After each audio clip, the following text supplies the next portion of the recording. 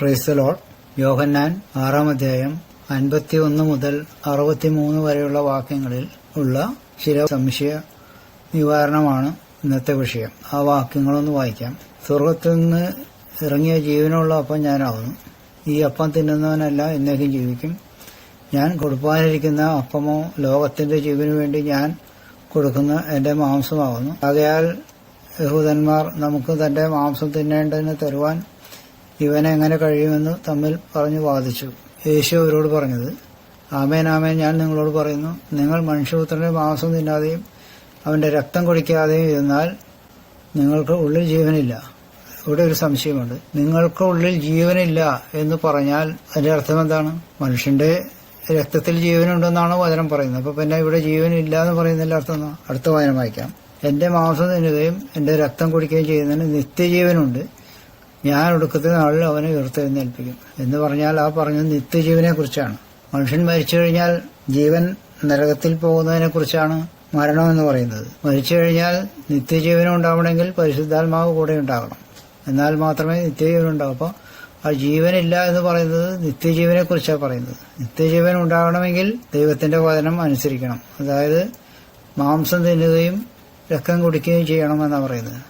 എന്റെ മാംസം സാക്ഷാൽ ഭക്ഷണവും എന്റെ രക്തം സാക്ഷാൽ പാനീയവുമാവുന്നു. എന്റെ മാംസം തിന്നുകയും എന്റെ രക്തം കുടിക്കുകയും ചെയ്യുന്നവൻ എന്നിലും ഞാൻ അവനിലും വസിക്കുന്നു. ജീവനുള്ള പിതാവ് എന്നെ അയച്ചിട്ട് ഞാൻ പിതാവിൻ മൂലം ജീവിക്കുന്ന പോലെ എന്നെ തിന്നുന്നവൻ എൻ മൂലം ജീവിക്കും. അതായത് യേശുക്രിസ്തുവിന്റെ വചനം അനുസരിക്കുന്നതിനെയാണ് രക്തം കുടിക്കുകയും മാംസം തിന്നുകയും ചെയ്യുക എന്ന് പറയുന്നത്. അതങ്ങനെ ചെയ്താൽ നിത്യജീവൻ ആ മനുഷ്യനുണ്ടാവുന്നതാണ് യേശുക്രിസ്തു ഇവിടെ പറയുന്നത്. ജീവിപ്പിക്കുന്നത് ആത്മാവാകുന്നു, മാംസം ഒന്നിനും ഉപകരിക്കുന്നില്ല. ഞാൻ നിങ്ങളോട് സംസാരിച്ച വചനങ്ങൾ ആത്മാവും ജീവനും ആവുന്നു. ഇതിന്റെ എക്സ്പ്ലനേഷൻ താഴെ കൊടുക്കുന്നുണ്ട്. യോഹന്നാൻ 6:51 മുതൽ 63 വരെയുള്ളതിൽ ചില വചനങ്ങളുടെ സംശയ നിവാരണത്തിനായിട്ടാണ് ഈ വീഡിയോ ചെയ്യുന്നത്. ഒരു കാര്യം നമ്മൾ പറഞ്ഞു കഴിഞ്ഞു. ജീവനില്ല എന്ന് പറയുന്നത് നിത്യജീവനം ഇല്ല എന്നാണ് യേശുക്രിസ്തു പറഞ്ഞത്. പിന്നെ അടുത്ത കാര്യങ്ങൾ വായിക്കാം. വാക്യം 55 എന്റെ മാംസം സാക്ഷാൽ ഭക്ഷണമാണെന്ന് പറയുന്നത് യേശുവിന്റെ ശരീരത്തെക്കുറിച്ചാണ്. യേശുവിന്റെ വചനമാണ് യേശുവിന്റെ മാംസം രക്തവും. യേശുവിന്റെ വചനം പൂർണ്ണമായി അനുസരിക്കണം എന്നാണ് ഇവിടെ പറയുന്നത്. ഈ വിഷയത്തെക്കുറിച്ച് മുൻപത്തെ ഫയൽ നമ്പർ 62, വീഡിയോ നമ്പർ 45 എന്നിവയിൽ സൂചിപ്പിച്ചിട്ടുണ്ട്. വാക്യങ്ങൾ 55, 63 ഇവ തമ്മിൽ വൈരുദ്ധ്യമുണ്ടെന്നുള്ള ചിലരുടെ സംശയം ദൂരീകരിക്കാനാണ് വാക്യം 55 വിശദീകരണം ഒന്നുകൂടി ഇവിടെ കാണിച്ചിരിക്കുന്നത്.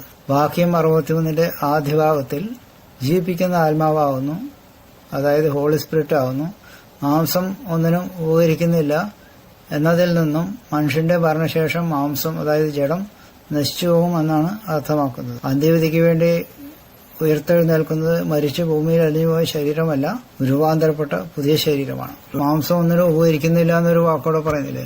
പക്ഷേ യേശുക്രിസ്തു പറയുന്നത് എന്റെ മാംസം തിന്നുകയും എന്റെ രക്തം കുടിക്കുകയും ചെയ്യണം എന്നാണ് പറഞ്ഞത്. അപ്പൊ അവിടെ ഒരു കോൺട്രഡിക്ഷൻ ഉണ്ടെന്നൊരു സംശയം തോന്നും. പക്ഷെ അങ്ങനെയൊന്നുമില്ല. യേശുക്രിസ്തുവിന്റെ കാര്യമാണ് യേശുക്രിസ്തു ആദ്യം പറഞ്ഞത്. പക്ഷെ ഇവിടെ പറയുന്നത് മനുഷ്യന്റെ മരിച്ചു കഴിഞ്ഞാലുള്ള അവസ്ഥയെക്കുറിച്ചാണ്. വാക്യം 63 ഞാൻ നിങ്ങളോട് സംസാരിച്ച വചനങ്ങൾ ആത്മാവും ജീവനുമാവുന്നു എന്ന വചനഭാഗത്തെക്കുറിച്ചാണ് താഴെ വിവരിച്ചിരിക്കുന്നത്. അത് വായിക്കാം. മനുഷ്യനടക്കമുള്ള ഏത് ജീവിയുടെയും ജീവൻ രക്തത്തിലാണ് ആയിരിക്കുന്നത്. ലേവ്യ പുസ്തകം 17:11 അത് പറഞ്ഞിട്ടുണ്ട്. അതൊന്ന് വായിക്കാം. മാംസത്തിന്റെ ജീവൻ രക്തത്തിലല്ലോ ഇരിക്കുന്നത് ആണ് ഇവിടെ പറയുന്നത്. മനുഷ്യന് മാത്രമേ ആത്മാവുള്ളൂ. ആത്മാവ് എന്ന് പറയുന്നത് സോള്.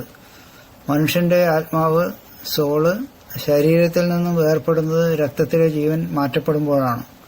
ആ സമയം രക്തത്തിന്റെ ശരീരത്തിലൂടെയുള്ള സഞ്ചാരം നിലയ്ക്കും. അതായത് രക്തം മരിക്കുമെന്നർത്ഥം. അതായത് മനുഷ്യൻ മരിക്കുമെന്നർത്ഥം. സകല ജീവികൾക്കും രക്തം മരിച്ചാൽ ജീവൻ വിട്ടുപോകും. എന്നാൽ മനുഷ്യനെ സംബന്ധിച്ചിടത്തോളം ജീവൻ ശരീരത്തിൽ നിന്നും വിട്ടുപോയാലും ആത്മാവ് മരിക്കുന്നില്ല. അതായത് സോൾ മരിക്കുന്നില്ല. അതായത് മരിച്ച ശേഷം ശരീരത്തിലെ ജീവൻ ആത്മാവിൽ തന്നെ നിലനിൽക്കുന്നതിനാൽ, സോളിൽ തന്നെ നിലനിൽക്കുന്നതിനാൽ ആത്മാവിന് ശരീരത്തിൽ ഉണ്ടായിരുന്ന സമയത്തെ പോലെ തന്നെ ചിന്തിക്കാനും സംസാരിക്കാനും സുഖദുഃഖങ്ങൾ അനുഭവിക്കാനും സാധിക്കും എന്ന് ലൂക്കോസ് 16 കാണുന്നു. ലൂക്കോസിന്റെ സുവിശേഷം 16-ാം അധ്യായം 22 മുതലുള്ള വാക്യങ്ങളാണ് വായിക്കുന്നത്. ആ ദരിദ്രൻ മരിച്ചപ്പോൾ, ദരിദ്രൻ എന്ന് പറയുന്നത് ലാസർ എന്ന് പറഞ്ഞ മനുഷ്യനാണ്. ദൂതന്മാർ അവനെ അബ്രഹാമിന്റെ മടിയിലേക്ക് കൊണ്ടുപോയി. ധനവാനും മരിച്ചടക്കപ്പെട്ടു. പാതാളത്തിൽ യാതന അനുഭവിക്കുമ്പോൾ മേലോട്ട് നോക്കി ദൂരത്തു നിന്ന് അബ്രഹാമിനെയും അവന്റെ മടിയിൽ ലാസറിനെയും കണ്ടു. അബ്രഹാം പിതാവേ എന്നോട് കനിവുണ്ടാകണമേ, ലാസർ വിരലിന്റെ അറ്റം വെള്ളത്തിൽ മുക്കി എന്റെ നാവിനെ തണുപ്പിക്കേണ്ടതിന് അവനെ അയക്കണമേ. ഞാൻ ഈ ജ്വാലയിൽ കിടന്ന് വേദന അനുഭവിക്കുന്നു എന്ന് പറഞ്ഞു. അതായത് മരിച്ച ധനവാന്റെ ആത്മാവ് പദാർത്ഥത്തിൽ കിടന്ന് വേദന അനുഭവിക്കുന്നതായിട്ടാണ് ഇവിടെ പറയുന്നത്. ഭൂമിയിൽ തീയിൽ കിടന്ന ഏതവസ്ഥയുണ്ടാവും അതേപോലെയുള്ള അവസ്ഥ അവിടെ അനുഭവിക്കുന്നു എന്നാണ് പറയുന്നത്. അതാണ് ഇതിൽ നമുക്ക് മനസ്സിലാക്കാനുള്ളത്. പിന്നെ ജഡത്തിന്റെ ചിന്ത ജഡികമായതും മനുഷ്യനെ സ്വാധീനിക്കുന്ന ആത്മാവിന്റെ ചിന്ത, അതായത് സ്പിരിറ്റിന്റെ ചിന്ത, ഏത് തരത്തിലുള്ള ആത്മാവാണ്, ഹോളി സ്പിരിറ്റോ ഇവിൾ സ്പിരിറ്റോ ആ മനുഷ്യനെ സ്വാധീനിക്കുന്നത് എന്നതിനെ ആശ്രയിച്ചുമായിരിക്കും ഇരിക്കുന്നത്. വിശുദ്ധ പൗലോസ് റോമർ 8:5-10, ഗലാത്യർ 5:17 എന്നീ വചനങ്ങളിൽ എഴുതിയിരിക്കുന്നതിന് പ്രകാരം ജഡത്തിന്റെയും ആത്മാവിന്റെയും ചിന്തകൾ എതിരാണ്. ജഡത്തിന്റെ ചിന്തയും അതുപോലെ തന്നെ ഹോളി സ്പിരിറ്റിന്റെ ചിന്തയും ഡിഫറന്റ് ആണ് എന്നാണ് പറയുന്നത്. അതിനാൽ അതായത് ഹോളി സ്പിരിറ്റിനാൽ ജഡത്തിന്റെ ചിന്തകളെ മരിപ്പിക്കണം എന്നാണ് വിശുദ്ധ പൗലോസ് ഉപദേശിക്കുന്നത്. ഈ വചനങ്ങളൊന്ന് വായിക്കാം. റോമർ 8:5-10. ജഡസ്വഭാവമുള്ളവർ ജഡത്തിനുള്ളതും ആത്മസ്വഭാവമുള്ളവർ ആത്മാവിലുള്ളതും ചിന്തിക്കുന്നു. ജഡത്തിന്റെ ചിന്ത മരണം, ആത്മാവിന്റെ ചിന്തയോ ജീവനും സമാധാനവും തന്നെ. ജഡത്തിന്റെ ചിന്ത ദൈവത്തോടുള്ള ശത്രുത്വമാകുന്നു. അത് ദൈവത്തിന്റെ ന്യായപ്രമാണത്തിന് കീഴ്പ്പെടുന്നില്ല, കീഴ്പ്പെടുവാൻ കഴിയുന്നതുമില്ല. ജഡസ്വഭാവം ഉള്ളവർക്ക് ദൈവത്തെ പ്രസാദിപ്പിക്കാൻ കഴിവില്ല. നിങ്ങളോ ദൈവത്തിന്റെ ആത്മാവ് നിങ്ങളിൽ വസിക്കുന്നുവെന്ന് വരികിൽ ജഡസ്വഭാവമുള്ളവരല്ല, ആത്മസ്വഭാവമുള്ളവരത്രേ. ക്രിസ്തുവിന്റെ ആത്മാവിലാത്തവൻ അവനുള്ളതല്ല. ക്രിസ്തു നിങ്ങൾ ഉണ്ടെങ്കിലോ പാപം നിമിത്തം മരിക്കേണ്ടതെങ്കിലും ആത്മാവ് നിമിത്തം ജീവനാകും. പിന്നെ ഗലാത്യർ 5:17. ജഡാഭിലാഷം ആത്മാവിനും ആത്മാഭിലാഷം ജഡത്തിനും വിരോധമായിരിക്കുന്നു. നിങ്ങൾ ഇച്ഛിക്കുന്നത് ചെയ്യാതെ അവ തമ്മിൽ പ്രതികൂലമല്ലോ. ജഡത്തിന് ചിന്തിക്കാൻ പറ്റുമെന്നാണ് അവിടെ പറയുന്നത്. ദൈവത്തിന്റെ ആത്മാവില്ലാത്തവർക്കായ ചിന്തകൾ മുഴുവൻ പൈശാചികമായിരിക്കും എന്നാണ് പറയുന്നത്. പക്ഷേ പരിശുദ്ധാത്മാവുള്ളൊരു മനുഷ്യനെ സംബന്ധിച്ചിടത്തോളം ആ പരിശുദ്ധാത്മാവ് മനുഷ്യന്റെ ജഡത്തിന്റെ ഇഷ്ടത്തിനെതിരായിട്ടാണ് വർക്ക് ചെയ്യുന്നത്. അങ്ങനെ ജഡത്തിനെ മരിപ്പിക്കാൻ സാധിക്കും.